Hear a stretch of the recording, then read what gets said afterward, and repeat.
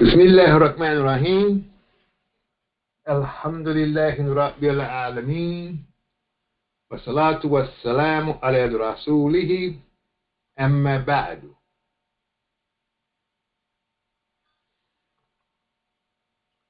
I greet our listening audience with the greeting of peace. Assalamu alaikum wa Ramadan Mubarak. Welcome to our morning Ramadan sessions for the students. Everyone is invited. However, this is for the students, in particular the Quranic students. Today we're going to be looking at Al-Quran bil Quran. We presented it last week. We'll do this. Our intention is to do this each week during the month of Ramadan. But you see the system. Last week you're seeing the system, the Mali system, starting from the grammar, 5 sheets, the grammar, all the way to the advancement of reading, tafsirs, seeing what they're saying concerning the Quran, seeing what the Imam's saying concerning the Quran, and then you have something to say. The basic, fundamental foundations of researching the Quran and applying it to whatever science application you want to apply it to. This is the foundation. This is the foundation of the institution, Muslim American Logic Institute. We're building the foundation. The foundation is the Quran. In the future, we hope to expand from the Quran into the sciences, reconciling, correcting, advancing the sciences with the reformed reading of the Quran, focusing on Imam W.D. Muhammad as the contemporary reformer. Yes. That's our intention.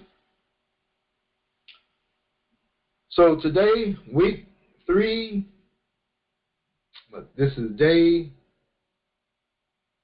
2. Week 3, day 2. Okay, we're looking at Quran bil Quran. We're looking at the verse 3875. 3875. So it reads, Bismillahirrahmanirrahim. Qala ya Iblisu. O Iblis. We went through the verse yesterday. I shouldn't have to translate it. Ma mana'aka. Ma mana'aka an tasjuda. Tasjuda lima. Read it, pause. Qala, pause. Ya Iblisu, pause. Ma mana'aka an tasjuda lima khalaqtu biyadayya astakbarta am kunta min al-alin. Now we're going to look at Quran bil Quran. Yesterday we looked at the grammar. The grammar you have to have. You have to have grammar when you're reading Quran. Take what the scholars have given in the past. Take what's beneficial from them. What they have given, that as being caliphs in the earth, we don't have to start all over every time. We don't have to come study the Quran and come up with a whole new science and reach the same conclusions that they reached when it comes to certain grammatical positions of the words in relationship to other words. There's some things that there's not a consensus, a total consensus on by the scholars up to this time. That we may have something to say about that's not of the same that those have said before. So study the rules of grammar were extracted from the Quran. There were no rules of grammar prior to the revelation of the Quran that the Quran had to follow these rules. Understand that. The Quran is revelation. The language is revelation. Yes, there was Arabic before the Quran. The people spoke Arabic, yes. But when it comes into the word field of the Quran, it creates what we would say its own language, its own worldview, in terms of words associated with other words to convey ideas. The Quran is its own writing. So scholars study the Quran who wanted to understand what it's saying and found the pattern of speech and wrote it down. Like the man, he heard Charlie Bird Parker playing the musical instrument. He was not playing from music. Yes, it's music, we understand music, but he's doing something we have never heard before.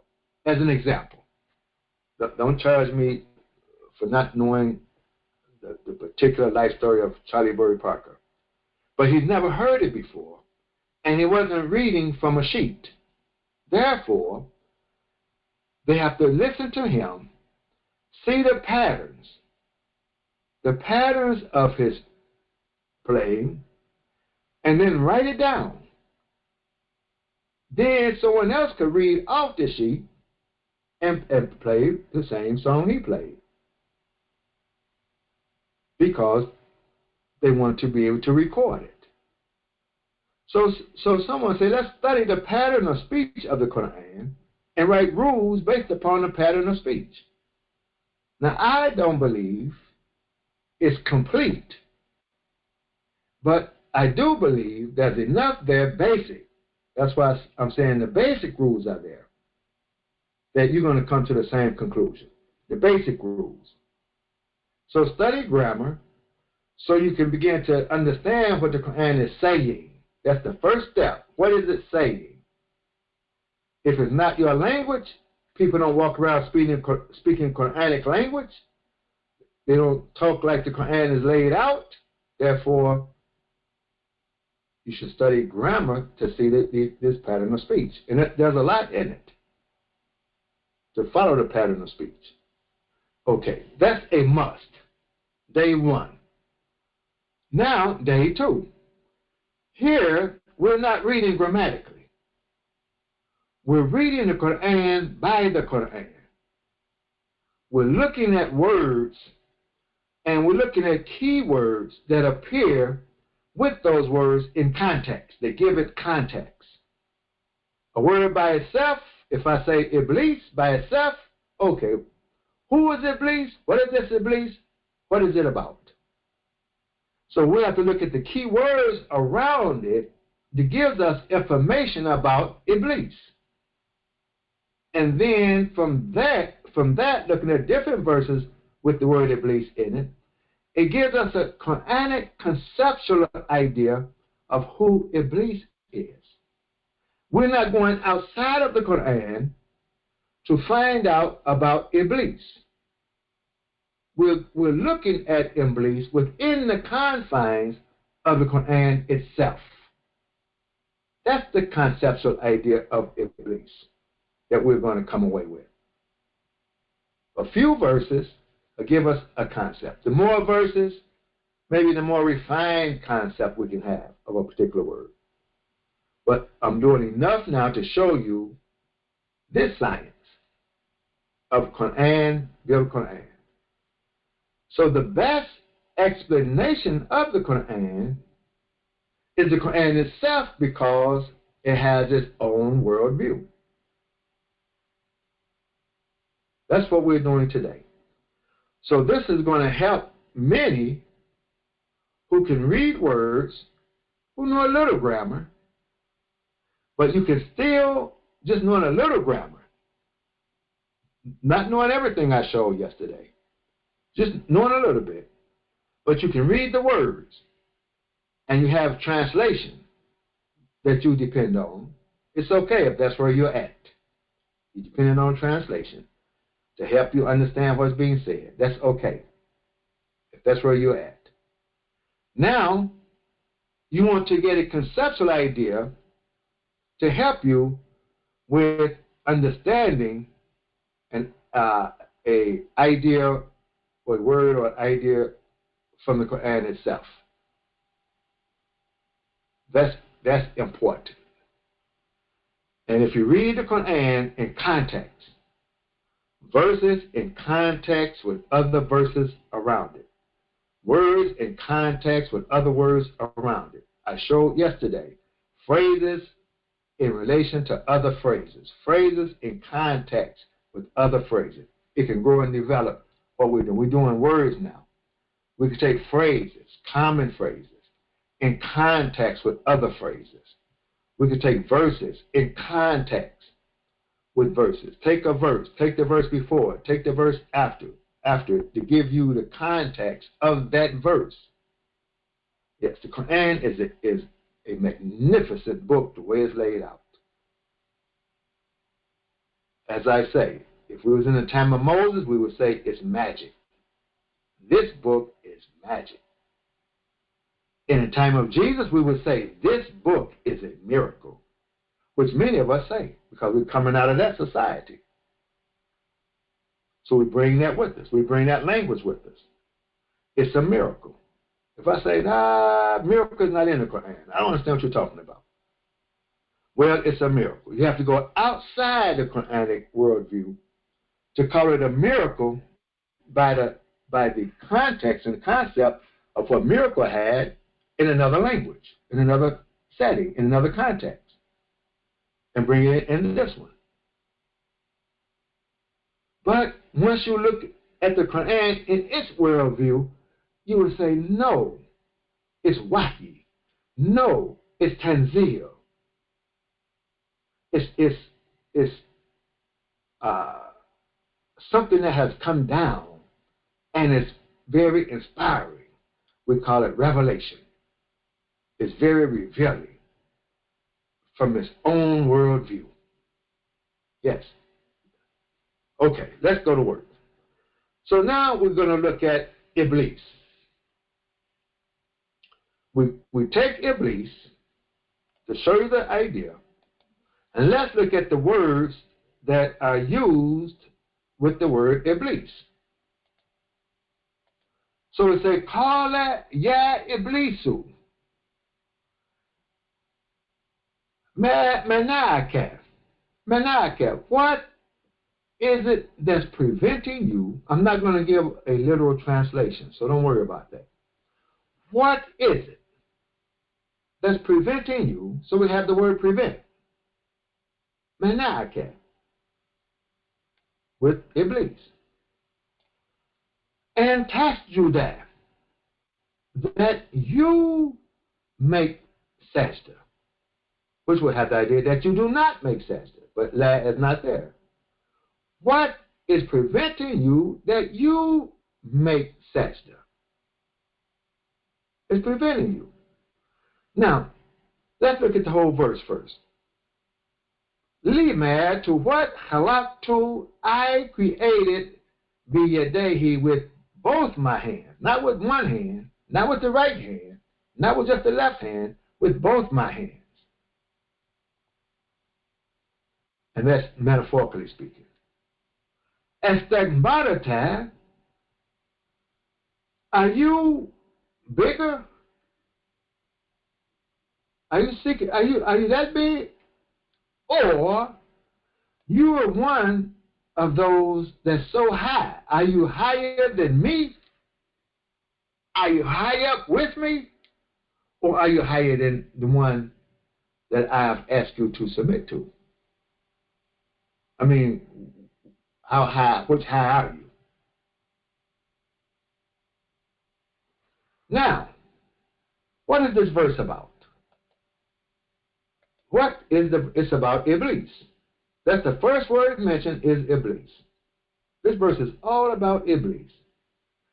What about Iblis? Reading the verse, what's this verse about? Now, I would say it's about Iblis and submission. That's what I'm looking at today. Tomorrow, I say it's about Iblis and arrogance. It's about Iblis and being high. But first, let's take, or it could be Iblis and something that's bothering him, preventing him. But today I'm going to take, this verse is about Iblis and submission. Making sajda is a sign of submission. So we'll look at these two words today, Iblis and submission. And what we want to do, I'm going to say what we want to do, and then we have an assignment for the students. The students did so well last week, I'm going to raise the bar a little. You know how it goes in the class.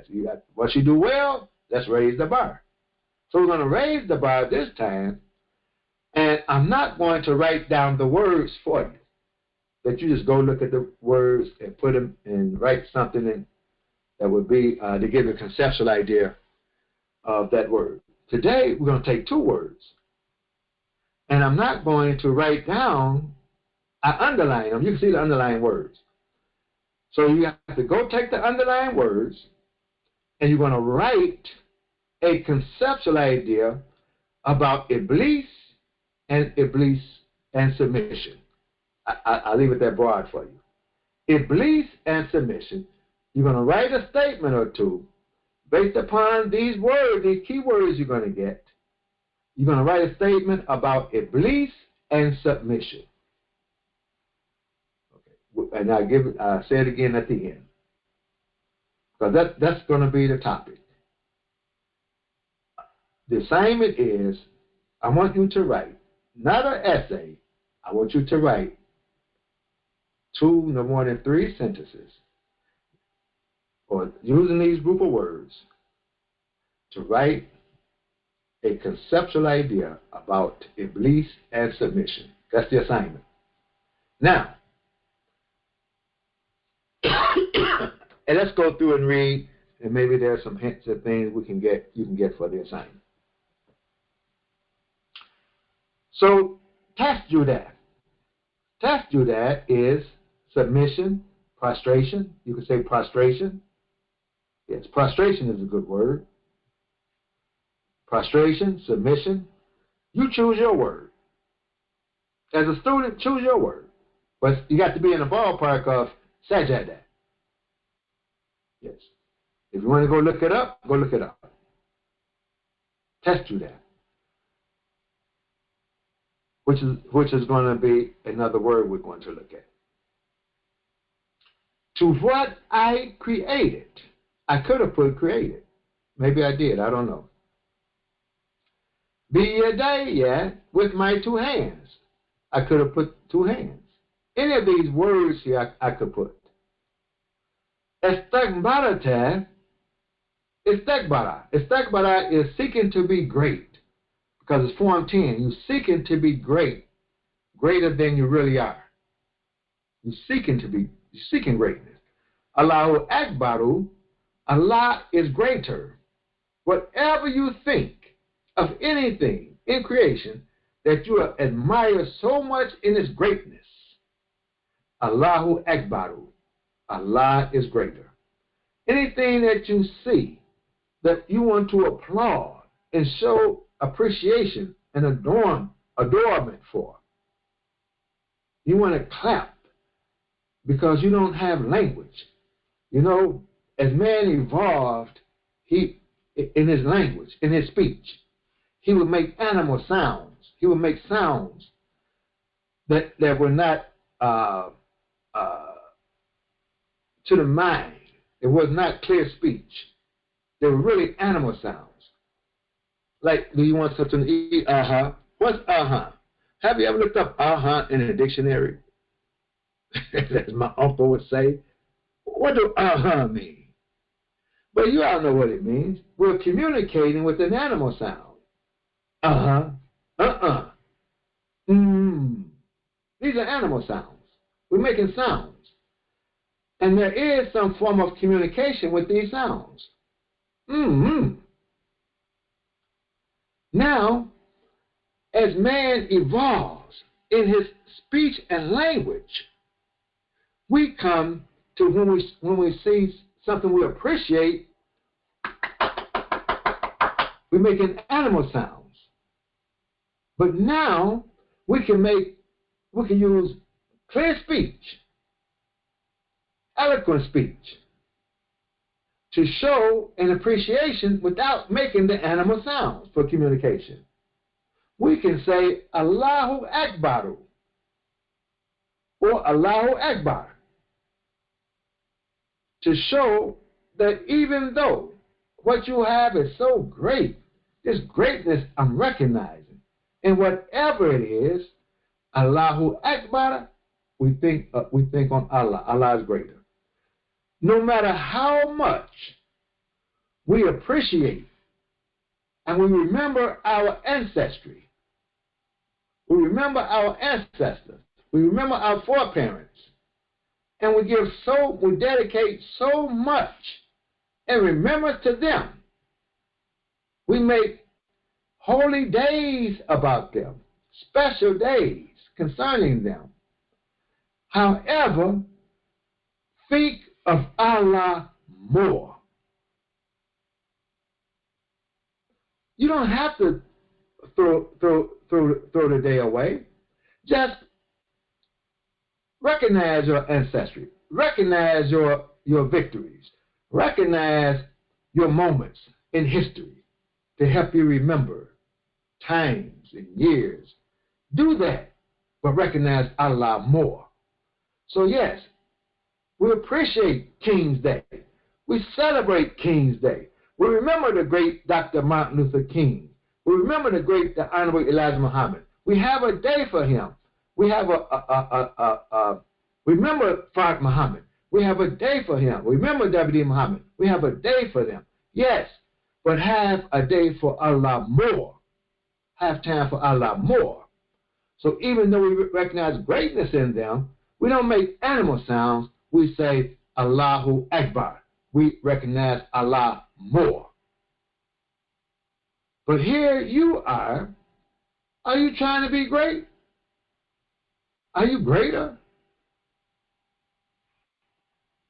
Istakbara. Am kunta min al-ali? Or are you high? Are you higher than what? Are you one of those that's high? You're higher than Adam.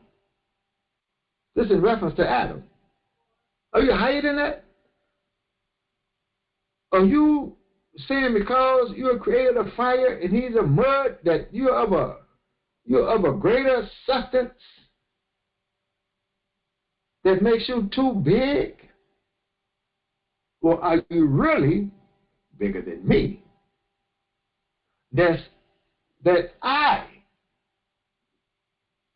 What's preventing you to make prostration to what I created with both my hands? Are you bigger than me in what I created? I mean, I created you too. Yes, we'll get to this in the tafsir. What is it? What is the Quran saying? Are you bigger than who? Are you bigger than who? Are you higher than who? Are you so big, higher than who? Me or him? What does it say? Well, we know what it's saying. What does it mean? That's the question. What does it mean? Yes.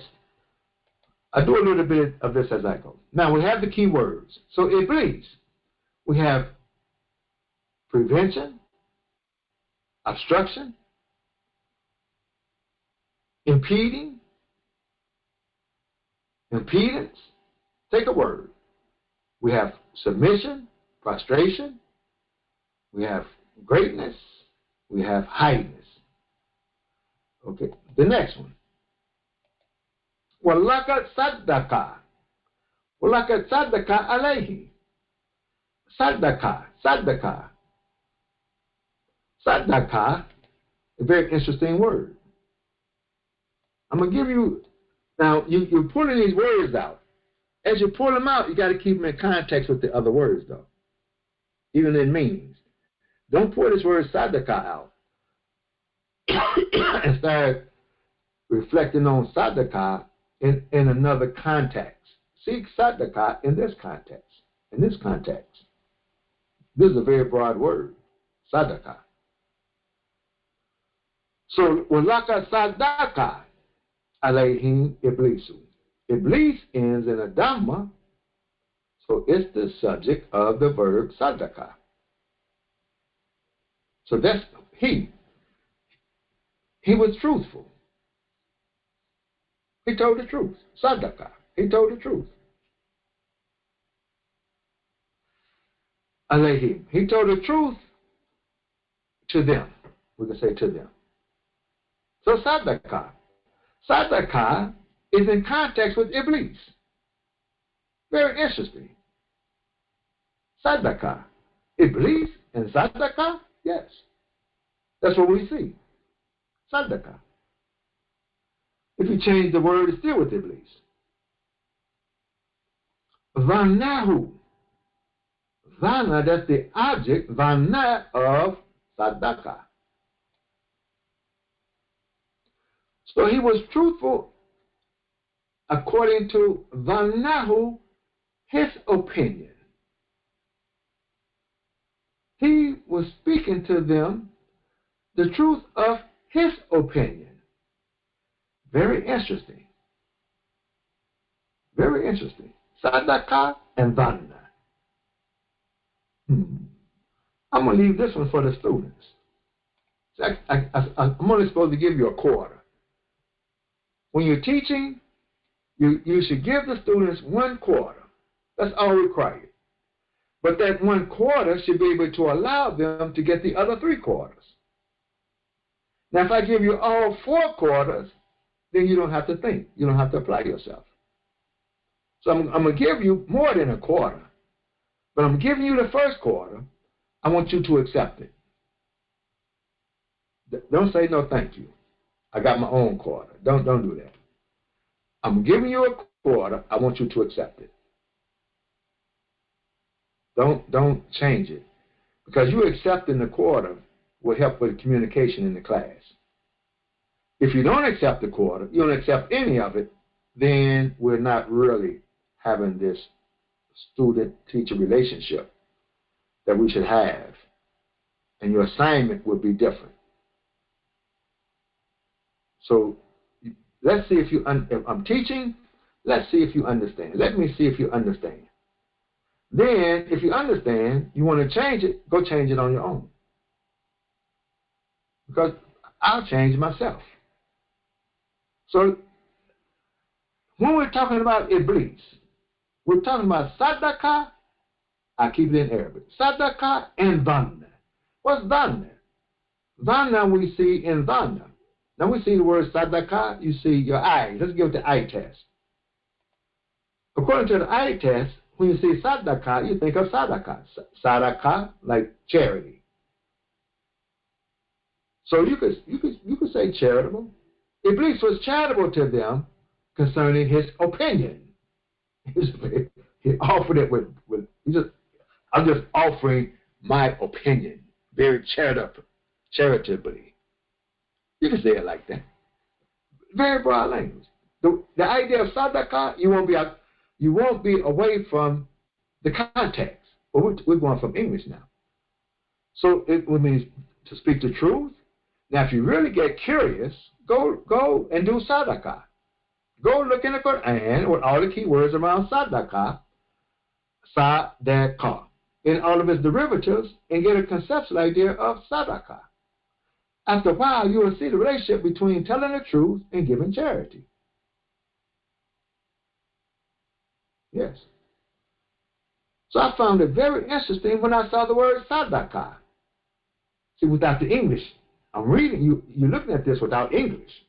Let your mind see it. Let your mind reflect. and have a beautiful time, or be stiff. Yusuf Ali said it's this, so it's this, and I can't think outside the box. Yes. You want to have a beautiful time? Take away the English, see the eye test, do a little more study, do a little more research, and believe me, you might end up saying what you have to say. It may not sound like what somebody else said.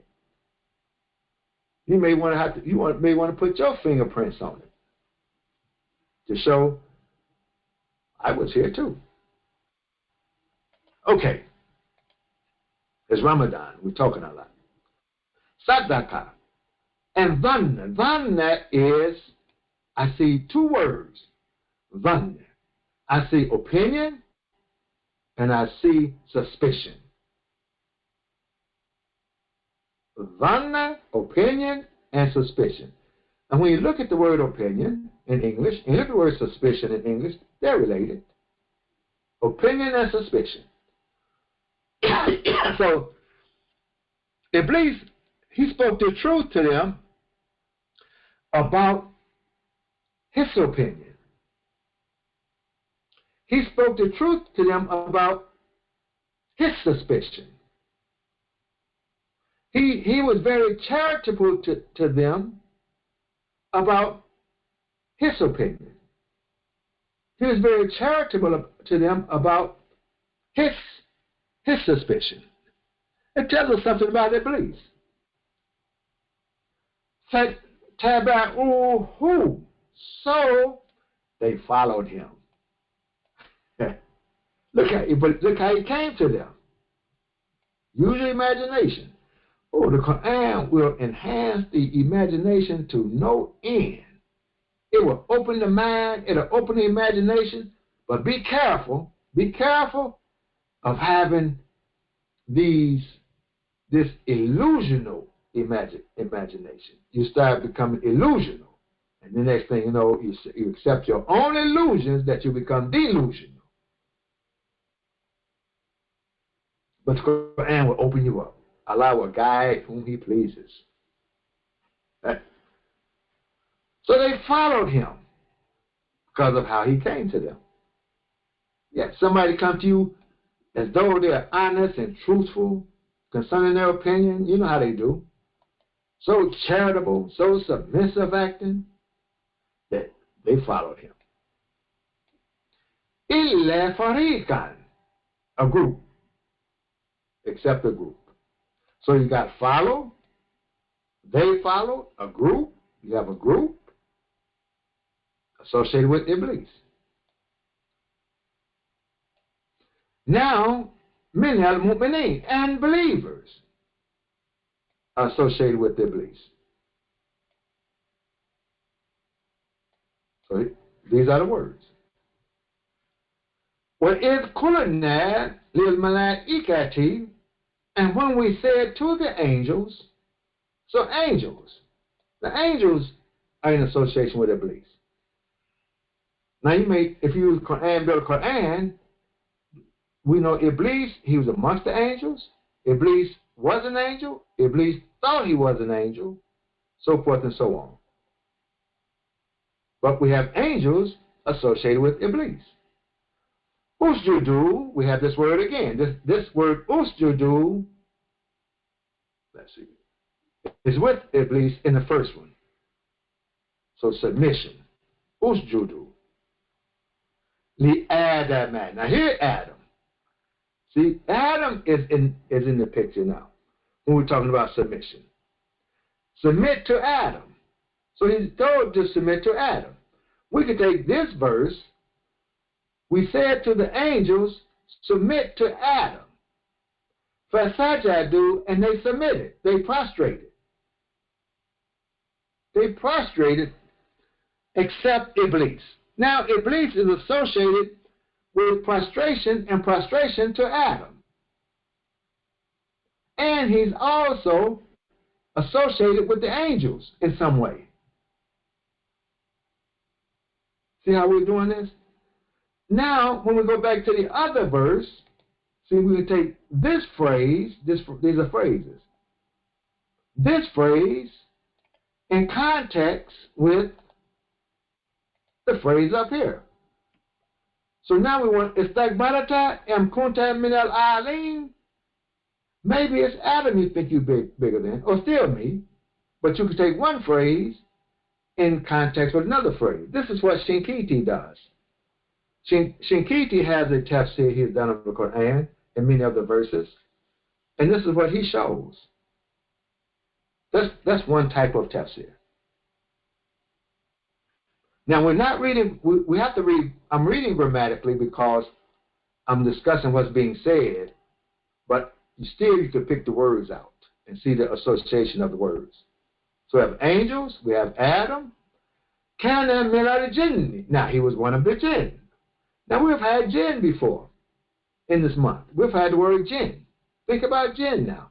Now your knowledge is growing. It's growing, right? One day I will have to show you how the Imam was doing it. I can show you. I can't show you because I asked him and he showed me. I can show you like the other scholars have done. Take the writings of the Imam and study the writings of the Imam and find patterns of thinking, the patterns of thinking of the Imam. The methodology of the Imam's thinking. That's when you have a group of scholars that study the methodology of the Imam's thinking as to how he arrived at certain conclusions. Then you're talking about having a school of thought. Because we're thought, the word thought, T-H-O-U-G-H-T, the word thought, T-H-O-T, thought. There's a relationship between thought, the Egyptian thought, and the word thought. Think, thought. Yes. A quick hint. This is a side note. It comes to my mind, I have to say it. If you look at the Egyptian hieroglyphics, I have hieroglyphics on my wall. Hieroglyphics, I have that on the wall. I have the flag on the wall in one room. There's 4 walls. One wall has the hieroglyphics. One wall has the flag, and one wall have Quranic verses. So my daughter comes in. She says, "Dad, when I was growing up, we were not allowed to have pictures on the wall. What's this?" I said, "That's hieroglyphics." I said, "Yes, they're pictures, but it's a language." Now that's language. Now see the picture over here? That's the flag, and there's a Quran. The flag is made up of the Quran that's open. Pages are open. That's language. And you see over here, there's the Quran with verses on it. That's language. All 3 of them represent language. So in the hieroglyphics, thought is in it. And thought is the one who has one leg in front of the other leg like he's walking, but he has the pen and he's writing. This is thought. Take that picture, it's language, and then make a picture of the word thought, think, and see what you get. Okay, how do we get to this? I don't know. Well, it's Ramadan. That's my excuse. It's Ramadan. Where's my mind going? I don't know. It went somewhere and I got to get back. Okay. So jinn. We had jinn. Jinn is Iblis. Adam, angels. Yes. Now, we had in the other verse, we had Fariqan. Fariqan. See how group goes with this. Look at the group. You got jinn, you got angels, you got Adam, and then you got the word group.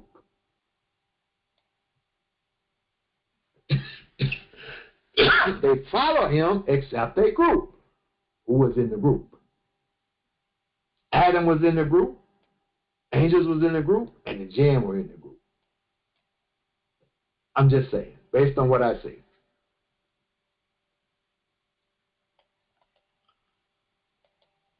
And Iblis was using the truth to attract him to his opinion. And they followed him. Except a group. Except a group. Perhaps there were a group of jinn. There were jinns in the group that didn't follow him. There were angels in the group that didn't follow him. And there were the human being, the human in the group that didn't follow him. The Adam. We're all Adam. The human being is Adam. So there's a group of human beings that didn't follow him. There's a group of angels that didn't follow him. And there's a group of the jinn that didn't follow him. They make up the Fariqa. See how I did that? Based upon what? Based upon Quran, Bil Quran. Not based upon a story outside the Quran. Quran, Bil Quran.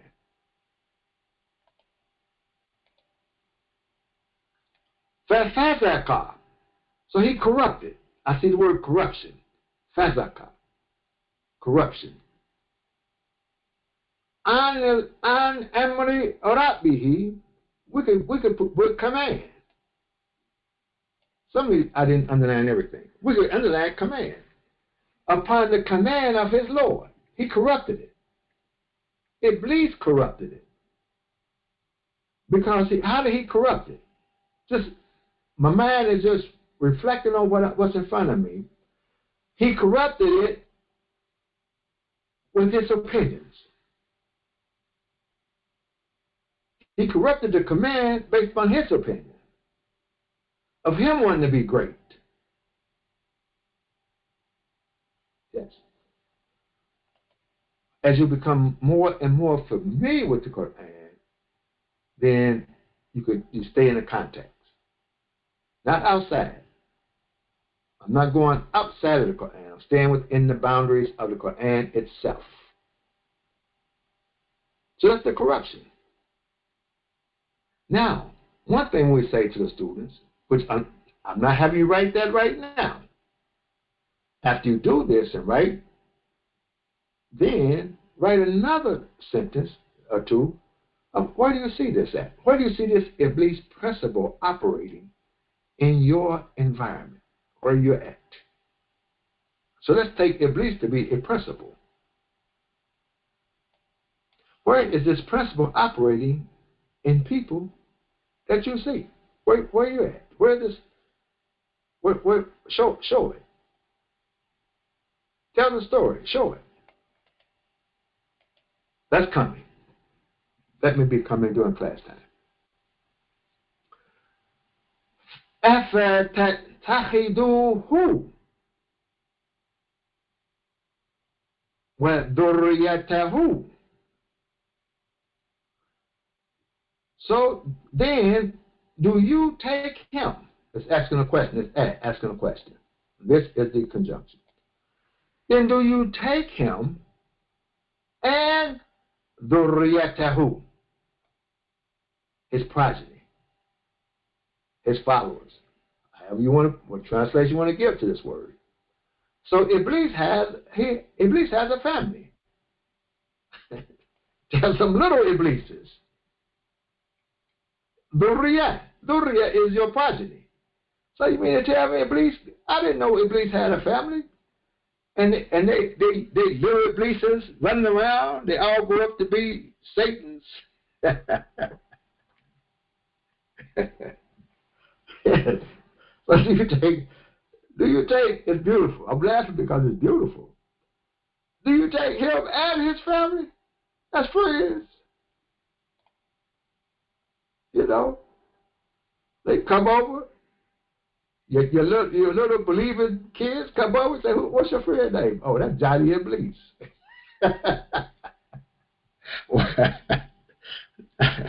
Excuse me. I shouldn't laugh, but that's Johnny Iblis. Are you taking it? Are you taking Iblis? You friends of Iblis family?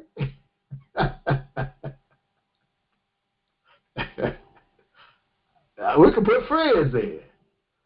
As friends, min duni, other than me.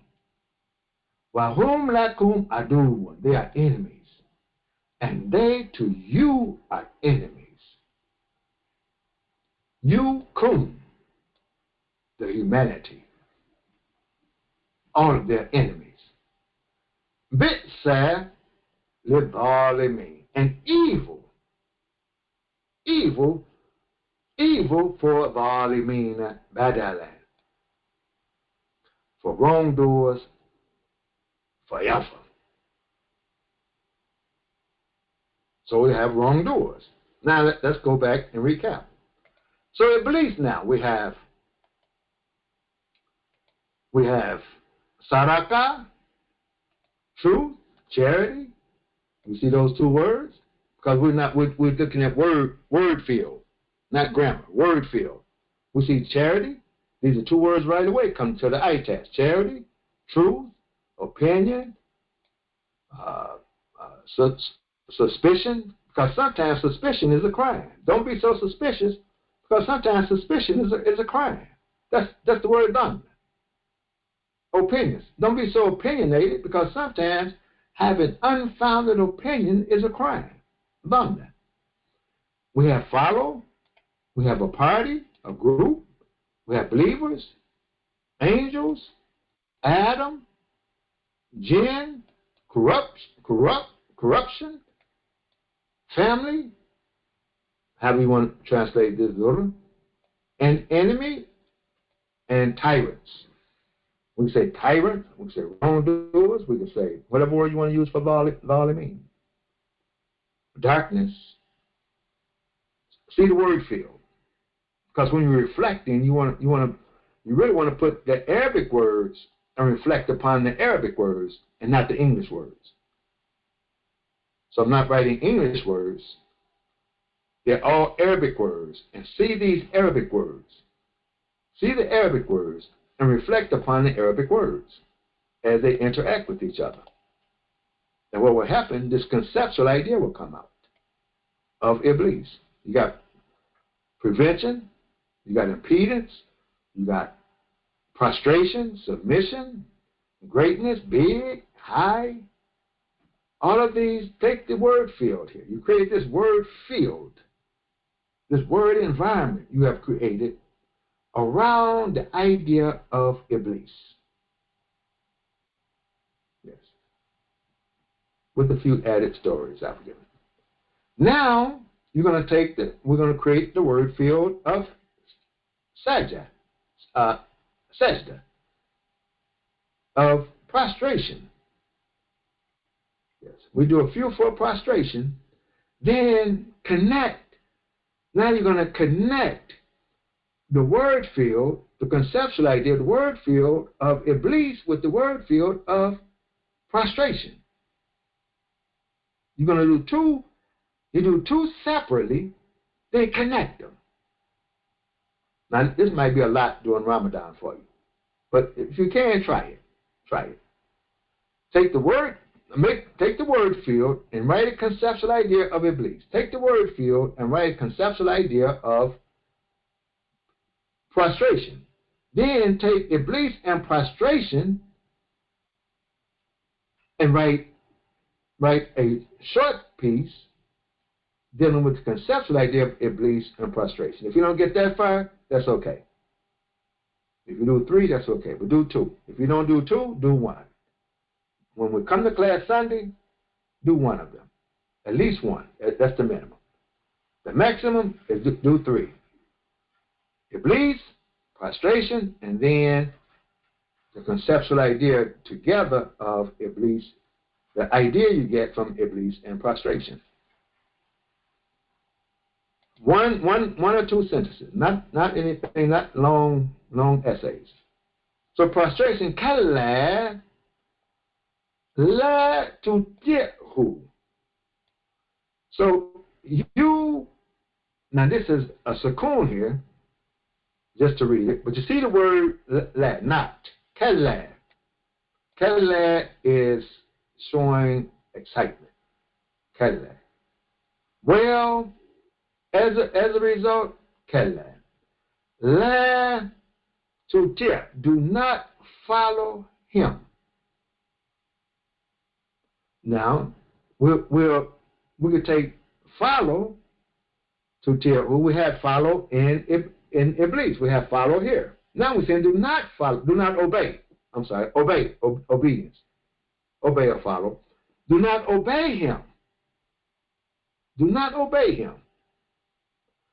Now this doesn't tell us who the him is, but we're going to take this him and go back to Iblis, because that's the context we're creating.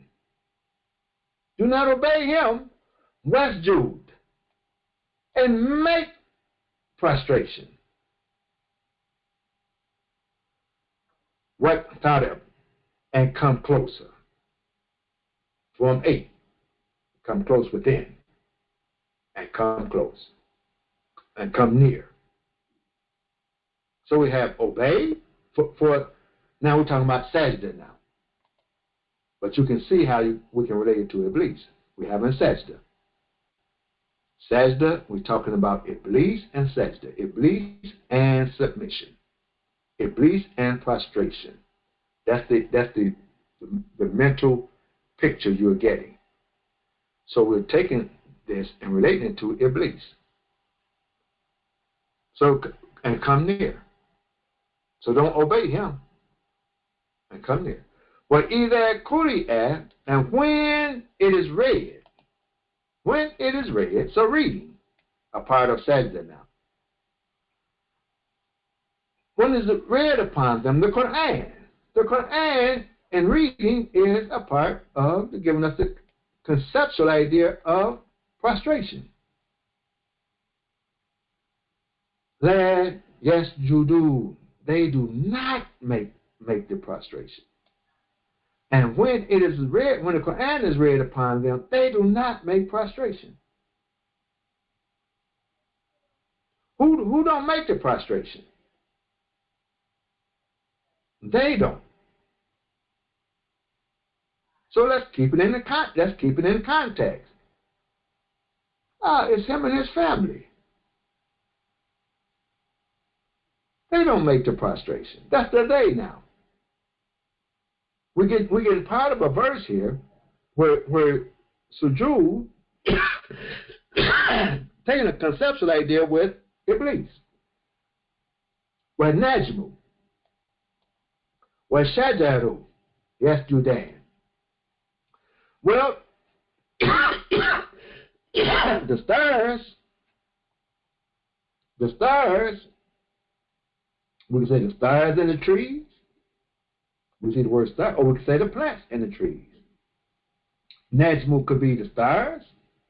Najmu could be the plants. Plants and trees. Trees, shajaru, are those plants, we could say. They have stems, trunk stems. Like a dandelion has a stem. A tree has a trunk. They're stems. They have stems. Najmu are those they don't have stems. They don't have the stems. So the tree, you can see what holds it up. And the Najmu, you don't see because it don't have a stem. There's no column. So Allah says, yes, you see the stars? There are no columns. There are no trunks. You can't tell what holds them up. So I'm giving a context. So the tree, you can tell what holds the tree up because you see the stem. So you can see what holds it up. You see the trunk, you know what holds it up. But there are certain plants, they don't have stems and trunks. So you have Najmu and you have Shajaru. The both of them make prostration.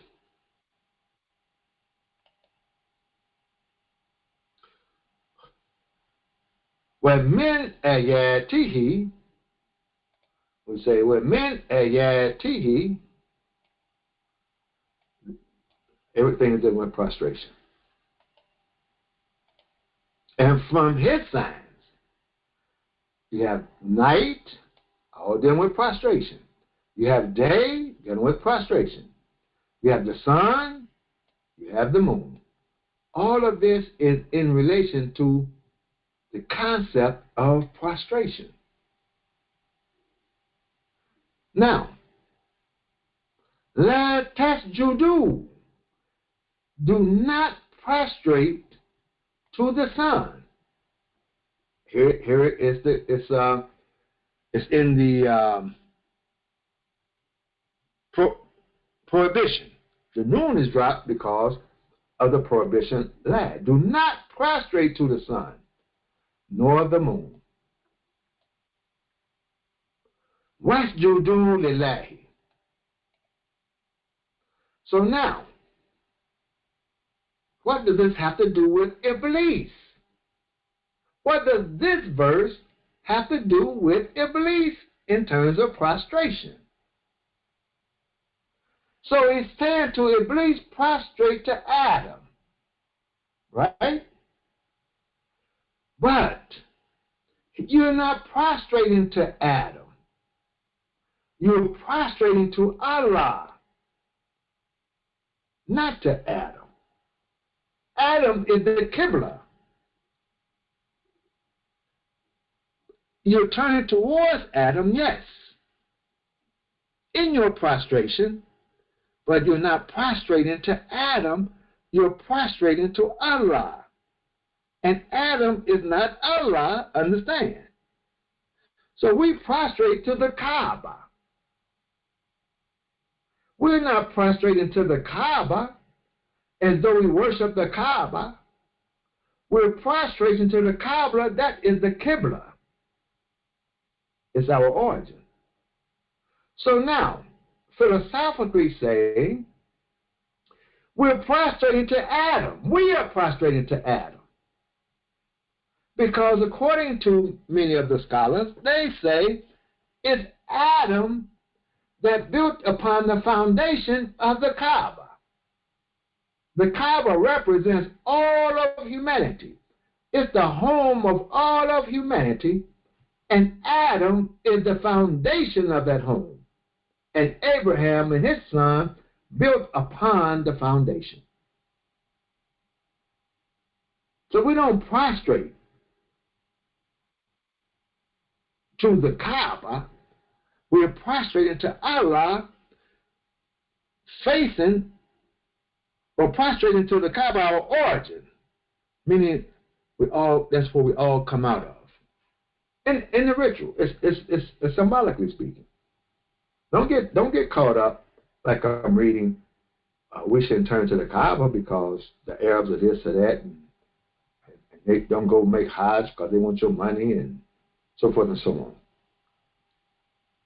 And I'm not saying this to say don't turn to the Kaaba. I'm saying turn to the Kaaba. But Iblis, he couldn't turn. Are you bigger than the Kaaba? Or are you bigger than me? Allah said.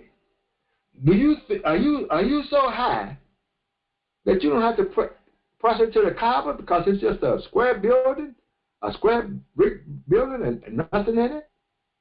Don't nobody live in it? Allah is not in that house. Go in there and look. He's not in there. There's nothing in there for you to prostrate to. There's nothing in there. It's made up of material that your creation is greater than.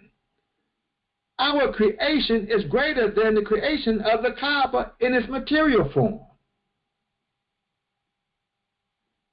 Maybe not greater in its symbolic reference, but in terms, if we look at it materially speaking, well, I can tear the Kaaba down and build it again. I have to improve upon the Kaaba. If the bricks get old, I have to improve upon it. I have to put the clothes on the Kaaba. The Kaaba wears a dress. I got to put the dress on. I got to change the dress. The Kaaba can't change its own dress. I'm greater than the Kaaba. This the Iblis principle speaking. Look, you made me with a brain, an intelligence, a man to build houses all over the world. Why this house? See the Iblis principle? But you're not prostrating to the Kaaba. Prostrate to Allah.